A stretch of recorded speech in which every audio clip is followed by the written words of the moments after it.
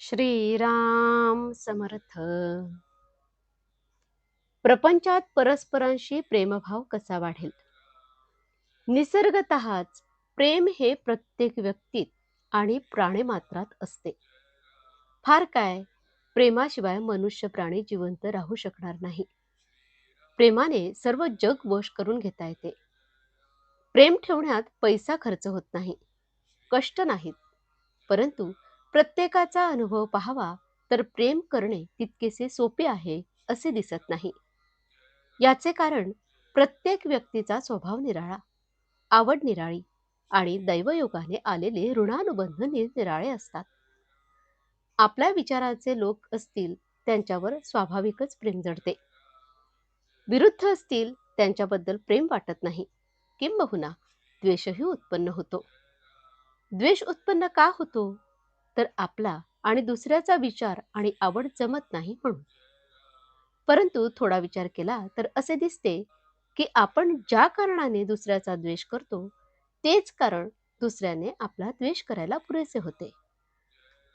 उदाहरणार्थ, एखादी गोष्ट आपल्याला न आवडली आणि तीच दुसऱ्याला आवडली, तर मला न आवडलेली गोष्ट दुसऱ्याला आवडल्यामुळे दुसऱ्याचा द्वेष करायला मला तेवढे कारण पुरेसे होते. मग त्याच न्यायाने त्याला न आवडलेली गोष्ट मला आवडते, हेच कारण त्याने माझा द्वेष करायला पुरेसे नाही का? व्यक्ती तितक्या प्रकृती अशी म्हण आहे. त्याचा अर्थच असा की स्वभावाप्रमाणे प्रत्येकाची आवड ही निराळी असणारच. म्हणून द्वेषबुद्धी नाहीशी करण्याकरता प्रत्येकाच्या स्वभावाला थोडी सवलत ठेवणे जरूर आहे.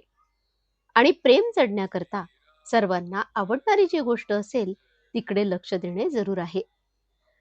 प्रेम करण्याचा धडा गिरवताना सुरुवात आपल्या घरापासून करावी.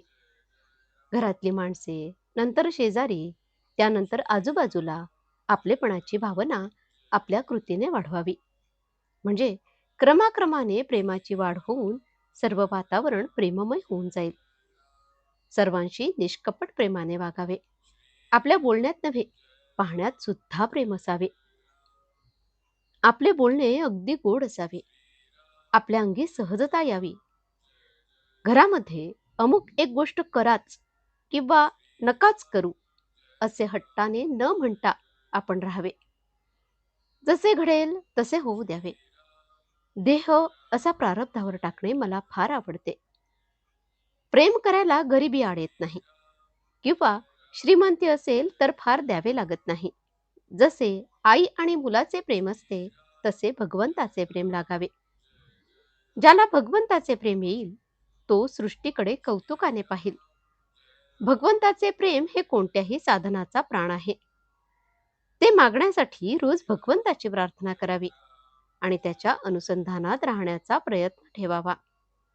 आजचे बोधवचन: घरामध्ये काय किंवा बाहेर काय, प्रेमाचा धाक असावा, भीतीचा असू नये.